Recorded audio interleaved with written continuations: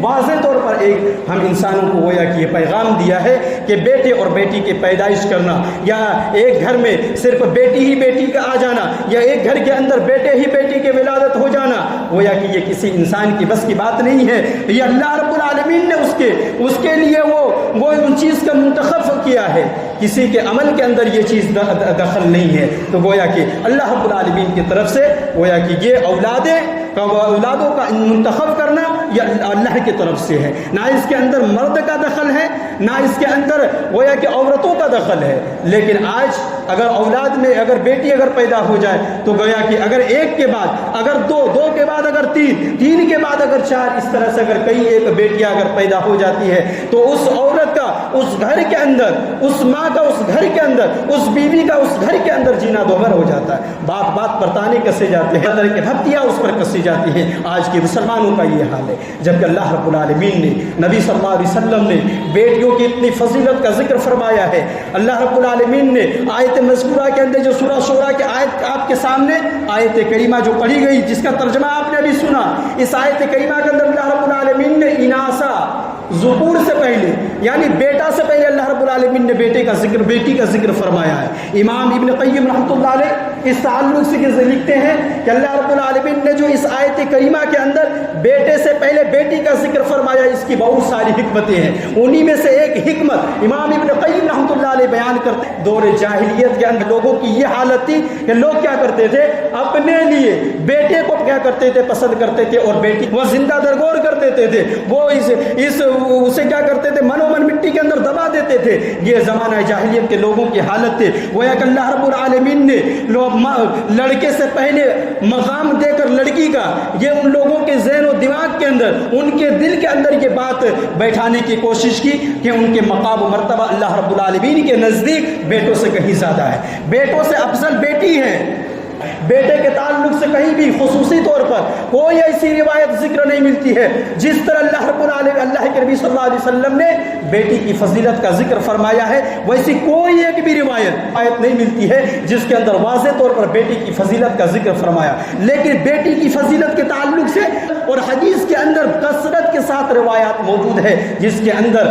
بیٹی کی فضیلت کا ذکر فرمایا ہے۔ انہی میں سے ہم چند روایتوں کو آپ کے سامنے رکھنے کی کوشش کریں گے۔ اللہ کے نبی صلی اللہ علیہ وسلم نے کیا مقام و مرتبہ دیا ہے بیٹی کا، جسے آج کیا کرتے ہیں لوگ پسند نہیں کرتے ہیں، یا اگر بچے کی اگر پیدائش ہو جائے لوگوں کو بتلانا نہیں چاہتے ہیں۔ شریعت اسلامیہ نے، اللہ کے نبی صلی اللہ علیہ وسلم نے پہلے تو انہیں بیٹیوں کی عزت و وقار کو ان کو بحال کیا اسلام آنے کے بعد۔ جہاں پر وہ زندہ درگور کی جاتی تھی، اللہ رب العالمین نے قرآن مجید کے اندر اسے واضح طور پر منع فرمایا کہ وَإِذَا الْمَوْءُودَةُ سُئِلَتْ بِأَيِّ ذَنبٍ قُتِلَتْ، کہ اللہ رب العالمین کل قیامت کے دن زندہ درگور کی ہوئی لڑکیوں سے پوچھے گا، سوال کرے گا، چاہے وہ جو بھی طریقے استعمال کر کے اپنی اولاد کو، چاہے وہ پیٹ میں مارے یا پیٹ سے میں باہر نکال کے وہ کیا کرے، اپنی اولاد کو قتل کرے۔ اللہ رب العالمین نے کہا وَإِذَا الْمَوْءُودَةُ سُئِلَتْ بِأَيِّ ذَنبٍ قُتِلَتْ، ان زندہ درگور کی ہوئی لڑکیوں سے اللہ رب العالمین کل قیامت کے دن پوچھے گا، سوال کرے گا، بِأَيِّ ذَنبٍ قُتِلَتْ، تو کس جرم کے پاداش میں تجھے قتل کیا گیا۔ اللہ رب العالمین جب اپنا عدل کا اسٹیج سجائے گا کل قیامت کے دن، اللہ رب العالمین ان بچیوں کو بھی بلائے گا جو زندہ درگور اس دنیا کے اندر کی ہوئی ہو۔ اللہ رب العالمین بلا کر اس سے پوچھے گا اور کہے گا تم کس جرم، تمہارا جرم کیا تھا کہ ایک باپ کے لیے یہ جائز ہو گیا کہ وہ اپنی بچی کو کیا کرے، اسے اسی پیٹ کے اندر مال دے۔ تو گویا کہ اللہ رب العالمین انصاف دلانے کے لیے کل قیامت کے دن سوال کرے گا، ارے اسے سفاک باپ کو لا کر مجرم کے کٹہرے پر لا کر کھڑا کر کے اسے پوچھے گا اور اسے کوئی جواب نہیں بن پڑے گا، اور اللہ رب العالمین اسے اس قتل کے بنا پر اسے جہنم کے اندر ڈال دے گا۔ اگر اس کی تعلیم و تربیت کرتا ہے، اس کو بہترین طریقے سے اس دنیا کے اندر اسے زندگی اگر اسے گزارنے کے سامان مہیا کرتا ہے تو اس کے بدلے میں اللہ کے نبی صلی اللہ علیہ وسلم نے کہا کہ وہی بیٹی کل قیامت کے دن اسے جنت اسے جانے کا سبب بنے گی۔ وہی بیٹی کل قیامت کے دن جہنم کے سامنے وہ کھڑی ہو کر وہ گویا کہ آگ کے سامنے وہ پردہ بن جائے گی۔ یہ اللہ کے نبی صلی اللہ علیہ وسلم نے حدیثوں کے اندر ذکر فرمایا ہے۔ آئیے کچھ حدیثوں کو سنتے ہیں۔ اللہ کے نبی صلی اللہ علیہ وسلم نے ایک روایت کے اندر ارشاد فرمایا ہے، مسند احمد کی روایت ہے، اور کئی اور الفاظ کے رد و بدل کے ساتھ اس حدیث کو امام ابی داؤد رحمۃ اللہ علیہ نے اپنی کتاب ابو داؤد کے اندر بھی نقل فرمایا ہے۔ حضرت عبداللہ بن عباس رضی اللہ تعالیٰ عنہ بیان کرتے ہیں کہ اللہ کے نبی صلی اللہ علیہ وسلم نے فرمایا کہ جس کے گھر کے اندر بیٹی پیدا ہو اور وہ اسے نہ زندہ درگور کرے اور نہ اسے ذلیل کرے اور نہ بیٹی پر بیٹوں کو فوقیت دے، ترجیح دے، تو اللہ تعالیٰ قیامت کے دن اسے جنت کے اندر داخل کرے گا۔ اللہ کے نبی صلی اللہ علیہ وسلم نے کہا کہ نہ وہ اسے ذلیل کرے، نہ اسے احانت کرے، اور نہ بیٹوں کو اس پر ترجیح دے، اللہ تعالیٰ ایسے شخص کو کل قیامت کی جنت کے اندر داخلہ فرمائے گا۔ اسی طرح سے اللہ کے نبی صلی اللہ علیہ وسلم نے ایک روایت کے اندر ارشاد فرمایا ہے کہ من ابتلي من هذه البنات بشيء فاحسن اليهن كنا له سترا من النار، رواہ البخاری کتاب الزکاۃ۔ اللہ کے نبی صلی اللہ علیہ وسلم ارشاد فرماتے ہیں، کہتے ہیں کہ جس کسی کو ان بیٹیوں کی وجہ سے کسی طرح کی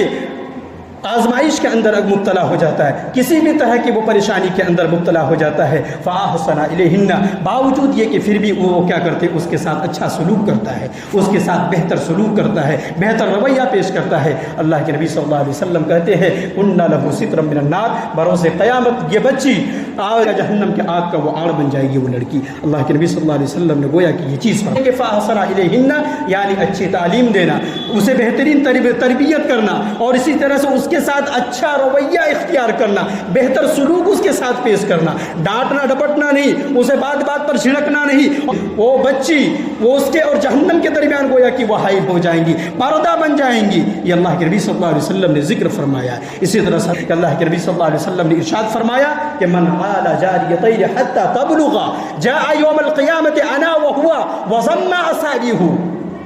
اللہ کے نبی صلی اللہ علیہ وسلم کہتے ہیں کہ جس شخص نے دو بیٹیوں کی پرورش کی، حتی تبلغ یہاں تک کہ وہ بالغ ہو گئی، یا اس کی شادی کرا دی، اس کے نکاح کرا دیا، اتنی جوان ہو گئی اور اس کی پرورش اور پرداخت کرتا رہا، تو اللہ کے نبی صلی اللہ علیہ وسلم کہہ رہے ہیں کہ جاء یوم القیامت، وہ قیامت کے دن وہ میرے ساتھ جنت کے اندر داخل ہوگا، وانا وہو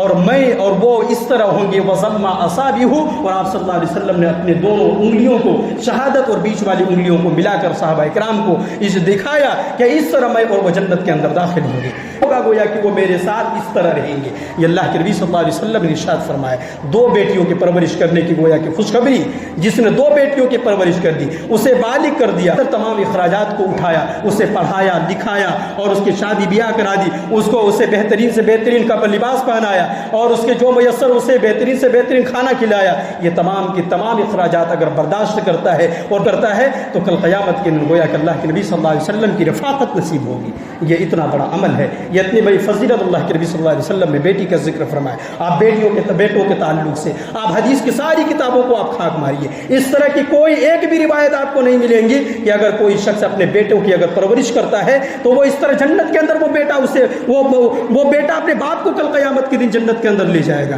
کوئی ایسی روایت نہیں ملتی ہے، یا وہ بیٹا کل قیامت کے دن جہنم کا آڑ بن جائے گا، کوئی ایسی ایک بھی روایت نہیں ملتی ہے سوائے۔ اسی طرح اللہ کے نبی صلی اللہ علیہ وسلم نے ایک روایت کے اندر بیٹی کے ساتھ بہنوں کا بھی ذکر فرمایا ہے۔ آج اگر بیٹی اگر گھر کے اندر ہے تو باپ تو کسی نہ کسی طرح کے طریقے سے کیا کرتے ہیں، اس کی پالن پوشن کر لیتے ہیں، لیکن اگر اسی گھر کے اندر اگر بہنیں ہوں اور اگر کئی ایک بہنیں ہوں تو اس کا رویہ بھی، بھائی کا رویہ بھی بہن کے ساتھ کچھ اچھا نہیں ہوتا ہے۔ ہم اور آپ ایک حدیث سنتے ہیں اور ہم اور آپ دیکھتے ہیں کہ اللہ کے نبی صلی اللہ علیہ وسلم نے کیا ذکر فرمایا ہے۔ راوی حدیث حضرت ابو سعید خدری رضی اللہ تعالیٰ عنہ، اس حدیث کو امام ترمذی رحمۃ اللہ علیہ نے اپنی کتاب کے اندر نقل فرمایا ہے کہ من کان لہ ثلاث بنات او ثلاث اخوات او ابنتان او اختان، اللہ کے نبی صلی اللہ علیہ وسلم کہتے ہیں کہ جس کے یہاں 3 لڑکیاں یا 3 بہنیں ہوں، یا 2 لڑکیاں یا 2 بہنیں ہوں، اور اس کے ساتھ کیا کرے فاحسن صحبتهن، اور اس کے ساتھ اچھا رویہ اختیار کرتا ہے، اس کے ساتھ بہتر سلوک اختیار کرتا ہے، واتق اللہ فیہن، اور اس کے تعلق سے اس کے جو حقوق اللہ اور اس کے رسول نے دیا ہے ان تمام حقوق کے تعلق سے اگر ایک انسان ڈرتا ہے تو اللہ کے نبی صلی اللہ علیہ وسلم نے کہا کہ فلہ الجنہ، اللہ رب العالمین اسے جنت کے اندر کل قیامت کے لیے داخل کرے گا۔ تو اللہ کے نبی صلی اللہ علیہ وسلم نے 3 بیٹیوں کی پرورش کی گویا کہ یہ خوشخبری دی ہے کہ اگر کوئی 3 بیٹی یا 3 بہنوں کی اگر کوئی پرورش کرتا ہے اور اس کے ساتھ بہترین سلوک کرتا ہے، اس کے حق کو نہیں مارتا ہے، واتق اللہ فیہن۔ آج ہم میں سے کتنے ایسے لوگ ہیں جو اپنی بیٹیوں کے حقوق کو مار رہے ہیں، آج ہم میں سے کتنے ایسے بھائی ہیں جو اپنے بہنوں کے حقوق کو غبن کیے ہوئے ہیں، آج اس کو وراثت کے اندر حصہ نہیں دیتے ہیں، آج جو کچھ بھی باپ کا اگر پراپرٹی رہتا ہے اپنی بہنوں کو اس کے اندر شامل نہیں کرتے ہیں، اور خود تنہا کیا کرتے ہیں، سارا کا سارا مال ڈکار جاتے ہیں۔ گویا کہ ایسا بھائی یا ایسا باپ نہیں۔ واتق اللہ فینا، جو باپ اور بھائی اس کے حقوق کے تعلق سے ڈرتے ہوں تو فرح الجنہ، تو ایسے انسان کے لیے اللہ رب العالمین نے کل قیامت کے دن جنت تیار کر رکھی ہے، اور اللہ رب العالمین اسے جنت کے اندر داخل فرمائے گا۔ یہ اللہ کے نبی صلی اللہ علیہ وسلم، جب اس حدیث کو اللہ کے نبی صلی اللہ علیہ وسلم نے بیان فرمایا تو صحابی رسول میں سے کسی ایک شخص نے سوال کیا، اللہ کے نبی صلی اللہ علیہ وسلم اگر کسی کے پاس اگر 2 بہنیں یا 2 بیٹیاں ہوں تو کیا ہوگا؟ اللہ کے نبی صلی اللہ علیہ وسلم نے کہا کہ اگر کسی نے 2 بہنوں یا 2 بیٹیوں کی بھی اگر پرورش کی تو اللہ رب العالمین اسے بھی جنت کے اندر داخل فرمائے گا۔ یہ اللہ کے نبی صلی اللہ علیہ وسلم نے کہا۔ محدثین اکرام کہتے ہیں کہ اگر اللہ کے نبی صلی اللہ علیہ وسلم سے اگر پوچھا جاتا کہ اگر اللہ کے نبی صلی اللہ علیہ وسلم اگر 1 بیٹی یا 1 بہن کی اگر کوئی پرورش کرتا ہے تو اس کا کیا ہوگا، تو یقیناً محدثین اکرام لکھتے ہیں کہ یقیناً اللہ کے نبی صلی اللہ علیہ وسلم کا یہ جواب ہوتا ہے کہ اسے بھی اللہ رب العالمین جنت دے گا۔ تو گویا کہ اللہ کے نبی صلی اللہ علیہ وسلم نے 2 اور 3 بہنوں اور بیٹیوں کی پرورش کا گویا کہ یہ خوشخبری سنائی ہے۔ اسی طرح سے اور بھی دیگر روایتوں کے اندر اللہ کے نبی صلی اللہ علیہ وسلم نے یہ ارشاد فرمایا ہے کہ اگر کوئی شخص اپنی بیٹیوں کی اگر کوئی پرورش کرتا ہے تو کل قیامت کے دن اللہ رب العالمین اسے جنت کے اندر داخلہ دے گا۔ تو لہٰذا یہ بیٹیوں کی پرورش، ایک انسان جس گھر کے اندر بیٹی ہو گویا کہ اس گھر کے اندر وہ رحمت اور برکت لے کر آتی ہے، وہ اس گھر کے اندر گویا کہ رحمت، اللہ رب العالمین کی رحمت اور اللہ رب العالمین کے برکتوں کا اس گھر کے اندر نزول ہوتا ہے، جسے آج ہم مسلمان کیا کرتے ہیں، آر تصور کرتے ہیں بیٹیوں کی پیدائش کو، جبکہ اللہ کے نبی صلی اللہ علیہ وسلم نے بے شمار روایتوں کے اندر اس کی خوشخبری کا ذکر فرمایا ہے۔ لہٰذا ہم کیا کریں، ان کو بہترین تعلیم دیں، ان کو پڑھائیں لکھائیں، ہم سے آپ سے جو میز بن پائے ان کو بہترین سے بہترین کیا کریں، اسے کپڑا پہنائے، اور بہترین سے بہترین کیا کریں، ہم اسے کھانا کھلائیں، اور اس طرح کر کے جب وہ بالغ ہو جاتی ہے پھر اس کے بعد ہم کیا کریں، اسے شادی کرا دیں۔ تو گویا کہ یہ تمام کی تمام جو حدیثیں آپ نے ابھی سماعت کی ہے ان تمام حدیثوں کے ہم اور آپ مستحق بن جائیں گے۔ لہٰذا ہم اللہ رب العالمین سے ڈریں، اور اللہ رب العالمین کا یہ فیصلہ ہے، ہمارا اور آپ کا یہ فیصلہ نہیں ہے کہ ہم اور آپ کیا کریں، اگر کئی 1 بیٹیاں ہو گئی ہوں تو ہمارے گھر میں اب بیٹی کی پیدائش نہ ہو، ہم اس چیز پر مہر لگا دیں، گویا کہ یہ ہمارے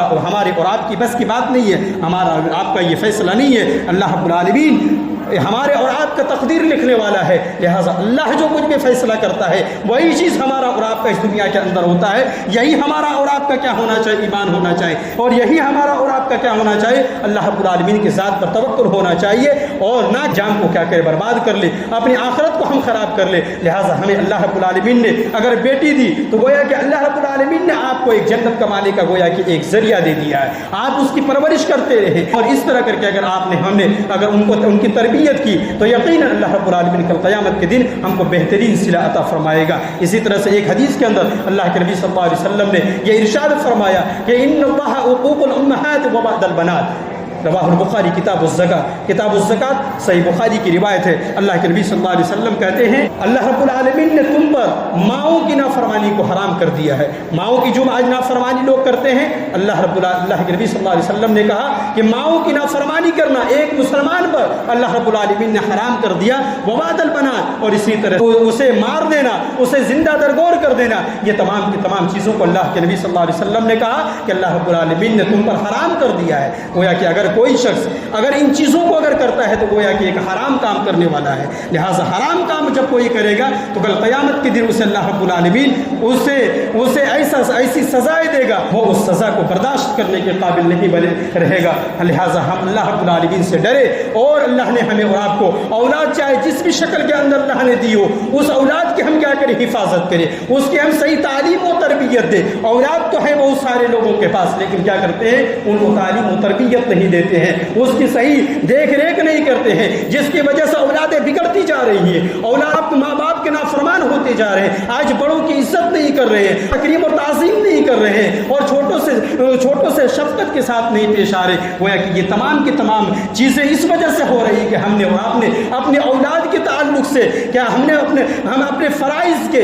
تئیں ہم نے پہلو تہی اختیار کر لیا ہے. لہٰذا ہمیں اگر اللہ نے جس بھی شکل کے اندر اولادیں دی ہے اس پر ہم کیا کریں, اللہ کا شکر ادا کریں اور اس کی صحیح تعلیم و تربیت دیں. صرف اولادیں ہو جانے سے ہم اور آپ کیا کریں گے, کامیاب نہیں ہو سکتے ہیں. اولاد کو اگر ہم اور آپ بہتر بناتے ہیں, اگر ہم اولاد کو اگر ہم صحیح تعلیم و تربیت دے دیتے ہیں اور اسے اگر دین کی طرف اگر رہنمائی کر دیتے ہیں, تب جا کر اللہ رب العالمین نے اسے صدقہ جاریہ ہماری اور آپ کے لیے قرار دیا ہے. ورنہ اگر یہ اولادیں جس کے تئیں ہم کیا کرتے ہیں, ہمارا اور آپ کا احساس ختم ہو چکا ہے, ہماری اور آپ کی ضمیریں مر چکی ہیں ہم اپنی اولاد کے تعلق سے. ہماری اولاد آج باہر کیا کر رہی ہے, ہمارے اولاد کی زبان سے کون سے الفاظ ادا ہوئے, ان تمام چیزوں سے ہمارا اور آپ کا کوئی آج سروکار نہیں ہے. ہماری اولادیں اتنی گندے گندے الفاظ ادا کرتے ہیں, آج ان